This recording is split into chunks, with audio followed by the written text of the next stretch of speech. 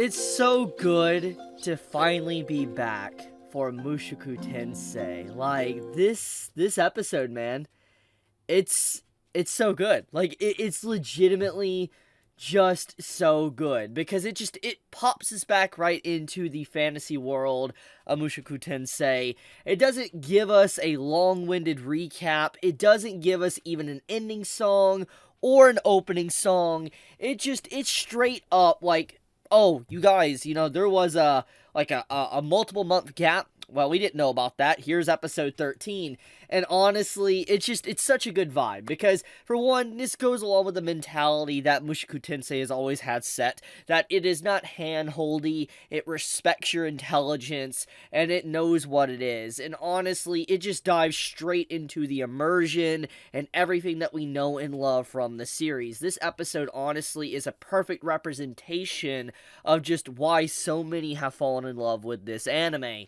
And let's just dive headfirst into that, because it's like, when people first started this series, we started it maybe for a fantasy story of Rudy learning magic and eventually going on an adventure, but now we have a slice-of-life romance series of this man going out of his way to find a house on the cheap side and be able to have a happy life with his wife. It's honestly just such an incredible journey we've had so far with the story, and it's a very refreshing feeling, because think about this, like, how often do you see within a fantasy story where you see a character start from a young age, like a kid, and you literally see him grow slowly to where now he actually has straight up just married somebody. Like, they've already done the deed, they've bought a house, everything is basically going extremely well. Honestly, you could say maybe a little bit too well. There is some red flags that are within this episode I'll talk about in a moment, but the point of the matter is that the episode conveys this emotion of just happiness and showcasing that,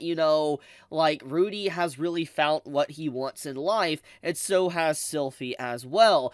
It's just such a great episode, and honestly, it's refreshing seeing two characters, actually being able to rekindle an old bond and friendship and find love in each other and actually marry. It's just a great feeling. You don't see these type of stories often in literature, at least for anime and manga. I'm glad I'm able to witness this, and I'm glad I'm able to see this animated, because honestly, there needs to be more anime out there that does stuff like this. And I think this is what really does make Mushoku Tensei very special, because it has a lot of these little elements that you do not see within fantasy stories, or even any form of story with anime and manga. Like, for instance, think about this. When have you ever seen a character that has, like, a romantic interest, that is really interested in someone, and straight up gets with them, and just goes the full mile, does the deed, potentially, maybe having children, to getting a house and all that, having, like, this epilogue type story? It's just not something you're necessarily used to. It's legitimately a crazy just vibe and tone that the series gives off. And I love how episode 13 just dives headfirst back into that tone that the last episode left us on many, many months ago. Now, with that being said, we do need to talk about another thing that this series just does very well, and honestly, after watching this episode, it really just dawned on me, just once again, how distinct Mushoku Tensei is from the other type of stories that are kind of similar to this, and let's get into that. So, in this episode, most of the episode was about Rudy going to a haunted house, trying to secure it for his wife, Sylphie. And so he took his two friends with him, Zanoba and Cliff, to be able to secure the house and to make sure that the house is safe to live in. It obviously is a very beat up, run down looking home. I mean, you look at the way the house looks, the walls are tattered and messed up. It looks aged and old, like someone just hasn't lived in this in a very, very long time.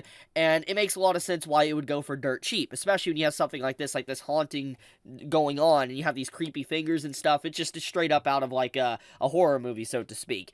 But the entire episode is about securing the house, and our two characters that accompany Rudy, aka Zanoba and Cliff, I think legitimately do such a fantastic job with their chemistry with Rudy, but also showcasing that this is something we actually are missing within modern day fantasy light novels, anime, and manga. And what do I mean by that? Think about this. When you think about fantasy stories, especially stories that's going to have, like, romantic interest and stuff, when have you actually seen a male character, or main male character, okay, like Rudy, have male friends that are actively in the story continuously. And to give clarification, I'm talking about, like, most of the time when you have these type of stories, the main male character is surrounded by female characters, just a female cast, because obviously the character is building his harem, so to speak. That's kind of what it looks like. And in a way, you gotta say that Rudy might have a harem. I mean, he literally is kind of surrounded by a few female characters as well. I mean, he's encountered a lot of them in the past, so when you factor all this in, yes, he does have that standard, like, feel to it as well that you would see in other stories. But you don't have all these female characters being used and sacrificing the male cast. There is literally a actual friend group that Rudy has and hangs out with continuously. We have seen this already for multiple episodes now, and, just seeing this in an anime, it just really dawned on me. I was just like, holy crap, when is it we've actually had male characters, a lot of male characters, a group, where our main male character interacts with them? They're not just like a one-off episode. They're not just a one-off chapter. They continuously interact with Rudy's life and help him out. And I think this shows the significance as well as Rudy's character because, he wants connections. He wants to build bonds, which is one of the reasons why he was just so down in the dump at the beginning of Season 2, and also why he had his whole ED problem as well, thanks to, Eris and all that, but also just having no one around. So factoring all of this in, Zanoba and Cliff do showcase that, they're very important to him, and they're not just throwaway characters or characters that, are just not going to appear again. They will continuously have a presence within Rudy's life, and that's honestly something I really appreciate from the show, that, we actually have male cast members interacting with the MC. Now, okay, with that being said, let's get into a few other details. We need to talk about this doll here, this mechanical doll that is encountered within this episode. It's legitimately fascinating because obviously for it to be moving around, it's a very unique specimen. Because for one, Zanoba, we know he loves figures and dolls and stuff. He wants to craft them. The whole idea, the reason why they got, they adopted a child in the last season or the first half of Season 2 was because Zanoba couldn't really craft any figures and stuff with his hands because he's just too clumsy and too strong. He would just snap a figure in half.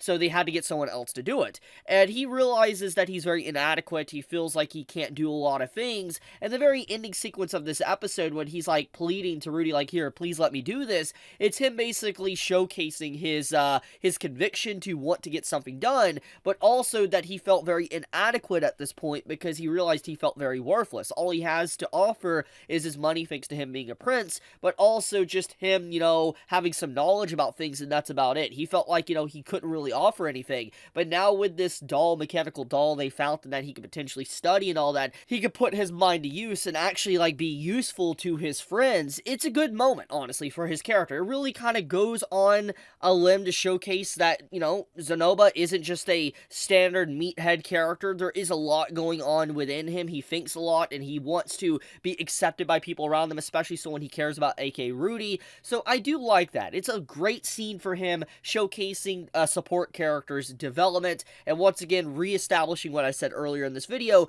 that the male cast, like, not just Rudy, they're not throwaway characters. They actually are relevant and do grow, and they continuously appear within the story and are going to have significance. And clearly the mechanical doll, because of its construction and all that, and just how unique it is, it definitely could lead to some form of revelation with, just new technology and magic within the verse. And it goes back to the beginning of the story of what drew a lot of people within the story was the immersion of the magic system. When Rudy was learning magic and stuff, it kind of gets into that with, like, the mechanical doll. How's it operating? How's it moving? Who created it? Etc. There's all this mystery around it, and it's really, really cool. I especially love the basement scene here where we have, like, this book being read, and I love the intricate details within this. I'm not going to dive too deep because of spoiler reasons, but there is a lot of details within this book here describing this mechanical doll that I'm going to be completely blunt here. It did not need to be here. It didn't. It really did not. But for the artists and the animators and the storyboarders and all that worked on this episode to put this in, honestly, that goes one step further to add total immersion within the episode. And I think many of us watching this greatly appreciate it because you're able to look at the book and like, what's going on here? And obviously, you might not be able to read it because the language could be ancient. Maybe nobody really can read this book because the language literally is in a completely different language that is just so ancient, nobody really even knows what it's talking about. And so there's just these different layers of immersion, and you're wondering, what's it actually say? What's really going on here? Is this a creature? Is has this man made? It makes you wonder, and I love that. It's so good. So much immersion with this. These little scenes, once again, show the extent of just why Mushoku has become such a popular series in the last few years, is because of stuff like this. Now, with all of that being said, let's get into some of the red flags. So, this episode obviously was very happy-go-lucky. There was a lot of happiness in it, and you could kind of say in the previous episodes there was a lot of happiness as well. There was. And Mushoku Tensei has had this tone with it to where it feels like it's getting too happy. And this ending sequence where he's like, oh, I'll never leave you and all that, I promise you and all that, because Sylphie's like, promise me, you'll always be around. It's straight up a red flag. It's like, ooh, that's not good to say, especially at the end of an episode and at the start of a new season of MT. So it's like, when you hear something like that, it's like, uh-oh, what's going to happen this season? So it does set up that there is going to be potential drama or something within the story, so I am looking forward to that. But overall, legitimately, it's a fun episode. I especially love how, the problem that Rudy needed to fix at the beginning of the first half of Season 2, for instance, the ZD, was corrected within, this episode, or you get to see, the ramifications of it after that and how people are reacting to them. It's pretty funny, honestly, everybody's reaction, and I'm really, really happy to see MT back. It's just such a good show. It's such a good series to really just sit down and enjoy on a Sunday. And yeah, Mushoku Tensei Sundays are back. So thank you so much for watching. If you enjoy my content and you want any more Mushoku Tensei videos from me and you want to see more, do subscribe, leave a like on the video. It does help me out quite a bit. And with that, Chibi out.